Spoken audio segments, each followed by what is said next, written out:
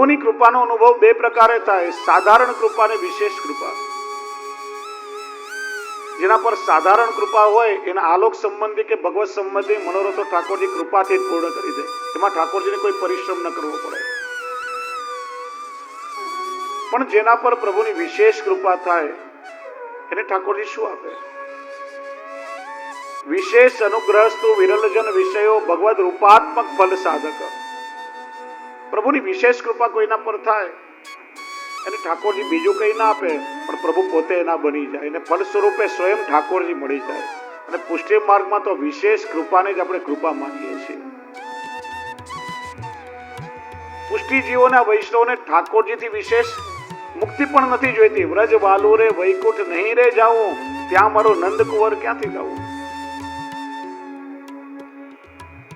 સામાન્ય રીતે ત્રણ વસ્તુ એવી છે કે જેનાથી ભગવાન સૃષ્ટિનું સંચાલન કરે છે: કાલ, કર્મ અને સ્વભાવ. આ જગત કાલને આધીન છે. કાળનો પ્રવાહ તીવ્ર ગતિથી વહી રહ્યો છે. કાલ ક્યારે પણ સ્થગિત ન થાય.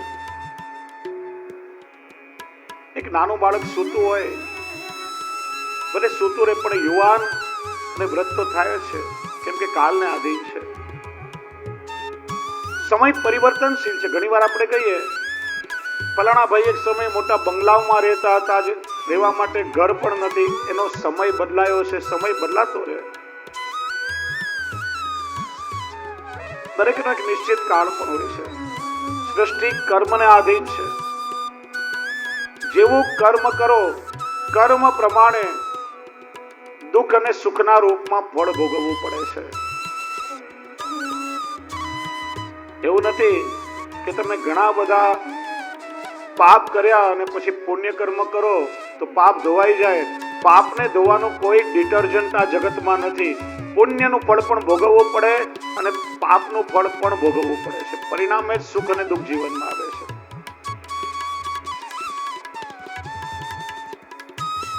કર્મનો સિદ્ધાંત અટલ છે.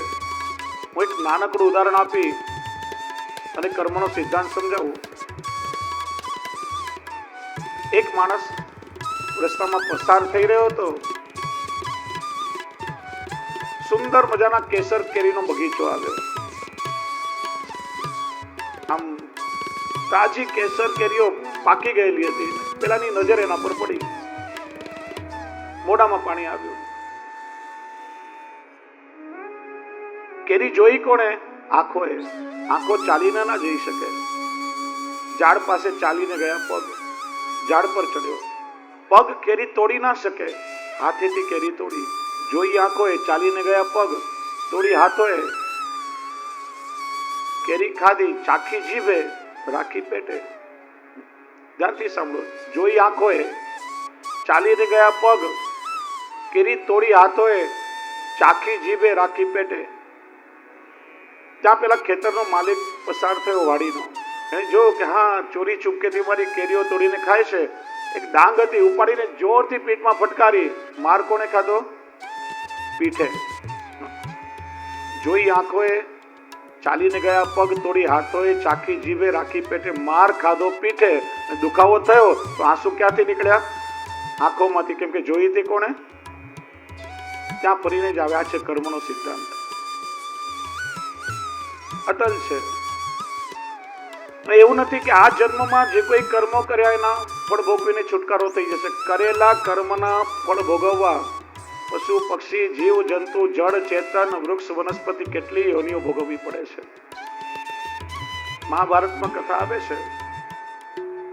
ધૃતરાષ્ટ્રે ભગવાન કૃષ્ણને પૂછ્યું, મને હસ્તિનાપુરનું રાજ્ય, સત્તા, સંપત્તિ, વૈભવ મળ્યું, 100 પુત્રો થયા, પણ મારું કયું કર્મ હતું કે હું આંધળો થયો ને 100 દીકરાઓ મારી સામે મૃત્યુ પામ્યા? ભગવાન એને દેવી દ્રષ્ટિ આપી. પોતાના પૂર્વ જન્મનું સ્મરણ થવા લાગ્યું. કેટલાય જન્મ પાછળ જોયું કે પોતે એક શિકારી હતો. એક વૃક્ષ નીચે કબૂતરો ચણ ચણી રહ્યા હતા. એમને પકડવા એક બારીક લોખંડની જાળ ગરમ કરીને ફેંકી નાખી. એક કબૂતરની આંખો ગઈ ને 100 કબૂતર મૃત્યુ પામ્યા. કર્મ થયું. બંધનમાં બંધાયો. આટલા જન્મોમાં જે પુણ્ય કર્મો ભેગા થયા, પરિણામે રાજ્ય, વૈભવ, સત્તા, સંપત્તિ મળ્યા, 100 દીકરાઓ થઈને ત્યારે બેલેન્સમાં રહેલું સંચિત કર્મનું ફળ પાક્યું. પરિણામે પોતે અંધ થયા અને 100 દીકરાઓ એમની સામે મૃત્યુ પામ્યા. કર્મ કેવલ કપાય પ્રભુની કૃપાથી એકમાત્ર સાધન છે. ઠાકોરજીની કૃપા સિવાય કોઈનું સામર્થ્ય નથી કે કર્મના બંધનો કાપી શકે. કાલ, કર્મ અને ત્રીજું છે સ્વભાવ, ત્રીજું પરિબળ સ્વભાવ. દરેક વસ્તુ સ્વભાવ પ્રમાણે ચાલે છે.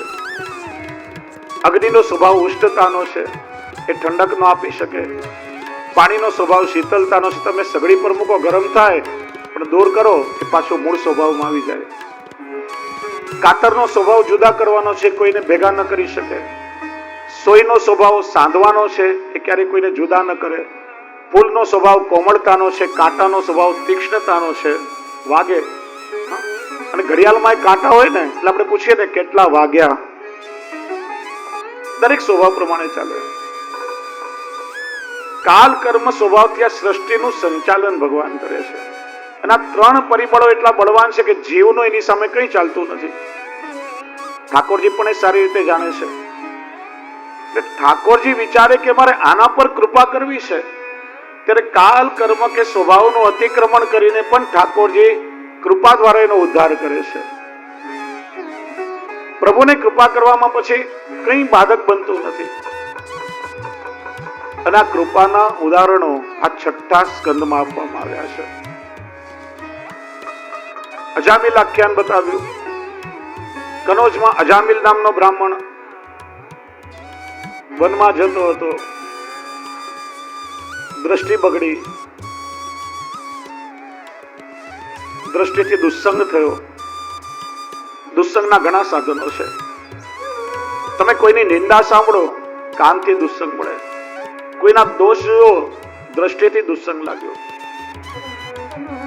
મનથી કોઈના દોષોનું ચિંતન કરો, માનસિક દોષ થયો.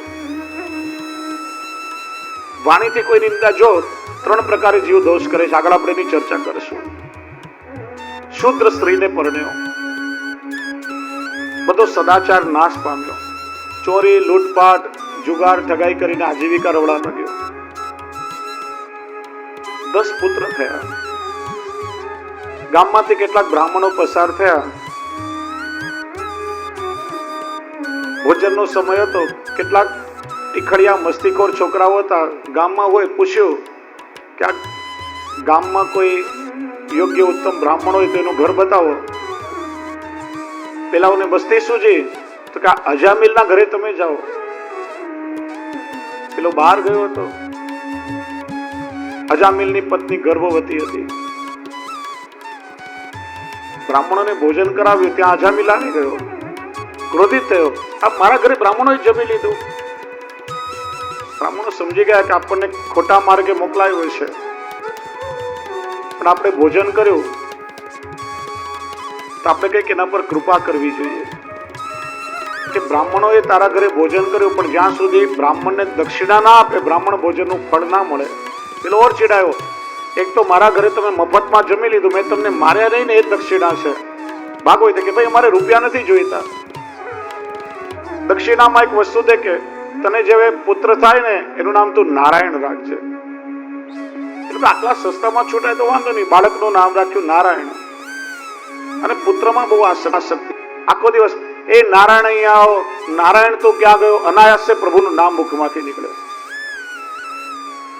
જો વૈષ્ણવ, પ્રાચીન સમયમાં આપણે ત્યાં બાળકોના નામ પણ સકારાત્મક રખાતા. આપણે ત્યાં પદ્ધતિ છે ને, અમેરિકામાં સંશોધન થયું છે કે આ ભારતમાં ગ્રહ, નક્ષત્ર, કુંડલી જોઈને નામકરણ કરવામાં આવે. એનું કારણ શું? તો હજારો મૃત પામેલા લોકોનો બાયોડેટા કમ્પ્યુટરમાં રાખ્યો અને વૈજ્ઞાનિકોએ સંશોધન કર્યું કે જેમના નામના આલ્ફાબેટનો અર્થ નેગેટિવ સેન્સમાં થાય તો એની સરેરાશ 13 વર્ષ લાઈફ ઓછી હોય અને જીવન પણ સંઘર્ષમય હોય. અને જેના નામના આલ્ફાબેટનો અર્થ પોઝિટિવ સેન્સમાં, દાખલા તરીકે ગોરધનદાસ ઓછવદાસ દાણી, તો GOD ગોડ એટલે ભગવાન પોઝિટિવ સેન્સમાં થયું. તો સરેરાશ આયુષ્ય 13 વર્ષ વધારે અને લાઈફ પણ ઘણી એની સારી હોય. આ દરેક વસ્તુમાં આપણે ત્યાં વિજ્ઞાન છે. બાળકોના નામ પણ એવા રાખો કે અનાયાસે પ્રભુનું નામ લેવાય. આજકાલ તો પેલા ચાઇનીઝ નામની ફેશન ચાલી છે.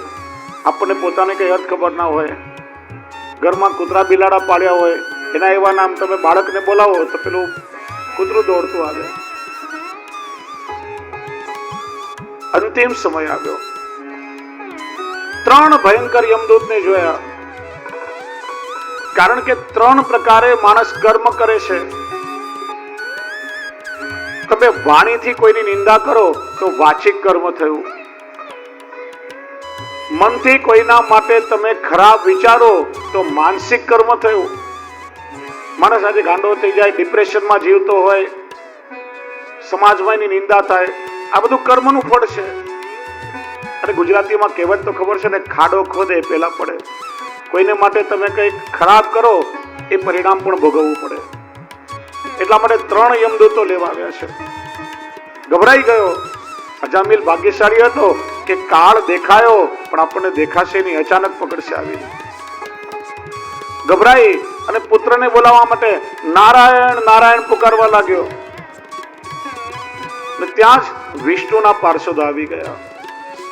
યમના દૂતો કે આના કર્મો ભારે કઠોર છે, અમે એને દંડ દેવા માટે લઈ જશું. વિષ્ણુના દૂતો કે અનાયાસે અંતિમ સમયમાં પ્રભુનું નામ મુખમાંથી નીકળ્યું. પ્રભુએ કૃપા કરી, એના કરેલા કર્મો બધા બળી ગયા અને પછી એને ઉત્તમ લોકમાં લઈ ગયા. શ્રી મહાપ્રભુજી કહે છે અજામિલાદે દોષાણામ નાશકોનું ભવે સ્થિત. પ્રભુના નામમાં એ સામર્થ્ય છે કે અજામિલ જેવા મહાપાપીના પણ બધા દોષો બળી ગયા.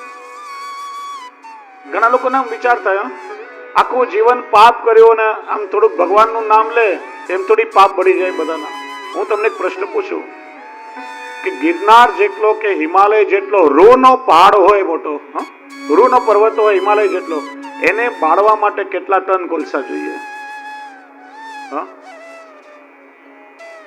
રૂના પર્વતને બાળવા કેટલા ટન કોલસા જોઈએ?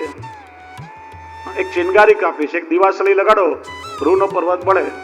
એમ માણસના કર્મો ગમે તેટલા કઠોર હોય પણ પ્રભુ સર્વસમર્થ છે. પ્રભુની કૃપામાં એ સામર્થ્ય છે કે જીવના કર્મના બંધનો પણ કાપી શકે છે.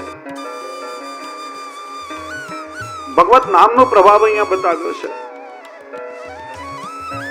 રૂપ નામ વિભેદેન જગત ક્રીડતી યોયત. ઠાકોરજી પોતાના સ્વરૂપ અને પોતાના નામ દ્વારા 2 પ્રકારે જગતમાં લીલા કરે છે. અને ભક્તિ માર્ગમાં બંને ફલાત્મક છે. રાસ પંચાદેવીમાં આવશે, ઠાકોરજી સ્વરૂપથી પણ વ્રજ ભક્તોને ફલાત્મક થયા અને નામથી પણ ફલાત્મક થયા છે. ભગવાન જ્યારે અવતાર લે ભૂતલ પર ત્યારે પોતાના સ્વરૂપ દ્વારા ભક્તોનો ઉદ્ધાર કરે છે. અને પ્રભુ જ્યારે પોતાની અવતાર લીલાને સમેટી લે ત્યારે ભગવદ નામ દ્વારા ભક્તોનો નિર્વાહ થાય અને એનો ઉદ્ધાર થાય છે. ભગવાનની પ્રાપ્તિ ન થાય ત્યાં સુધી ભક્તની ભક્તિનો નિર્વાહ ભગવદ નામ દ્વારા થાય છે. શ્રી મહાપ્રભુજી સુબોધનીજીમાં સમજાવે છે કે ભગવાનનો રૂપ એ રસ છે ને નામ એ રસાયણ. નામ સેવા સ્વરૂપ સેવાનું દ્વાર છે. નામ દ્વારા તમે ભગવાનના ધામ સુધી પહોંચી શકો. કોઈ પણ પ્રકારે પ્રભુનું નામ લો, ચાહે મંત્રાત્મક નામોનો જાપ કરો, ચાહે નામ સ્મરણ કરો, ચાહે ભગવત નામ સંકીર્તન કરો, લીલા ગુણગાન કરો, કથાનું શ્રવણ કરો, સત્સંગ કરો. કોઈ પણ પ્રકારે કરેલી પ્રભુની સેવા એ નામ સેવા છે. કોઈ પણ રીતે નામ લો. હાથમાં માળા લઈને જો ધ્યાનથી જો, અહીંયા અંગૂઠો ને નામિકા આંગળીથી માળા પકડી મધ્યમ આંગળીથી ગોળ ફેરવ્યા, મુદ્રાને ગૌમુખી મુદ્રા કહેવાય છે. એના પરથી પેલી જોડી ગૌમુખી કહેવાય. એક એક માળાનો મણકો ભરતા હૃદય કમળની એક એક પાંખડીઓ ખુલે. નિશ્ચિત સંખ્યામાં આપણે નિયમ લઈએ છીએ કારણ કે નિયમથી જીવનમાં નિયમિતતા આવે. મનમાં એક સંકલ્પિત વૃત્તિ થાય એટલે આપણે કંઈક સંખ્યાનો નિયમ લઈએ છીએ. 5, 11 જેટલી પણ માળાઓ કરો. પણ માનો એ સંખ્યા પૂરી થઈ ગઈ 11 માળા પૂરી થઈ ગઈ પછી શું ઠાકોરજીનું નામ છોડી દેવાનું? હા કે ના? ઠાકોરજીનું નામ છૂટી જશે તો આ જગતમાં હાય હોય કકડાટ અને પંચા સિવાય બીજું છે શું? બીજો પ્રકાર બતાવ્યો નામ સંકીર્તન, નામ સ્મરણ. હાથ ગમે તે ક્રિયા કરે, પગ ગમે ત્યાં ચાલીને જતા હોય, મનમાં સતત નામ સ્મરણના મણકા ફર્યા કરે. શ્રી કૃષ્ણ શરણમ મમ, શ્રી કૃષ્ણ શરણમ મમ. શ્રી મહાપ્રભુજી આજ્ઞા કરશે, તસ્માત સર્વાત્મના નિત્યમ શ્રી કૃષ્ણ શરણમ મમ વદત ભીરેવ સતતમ.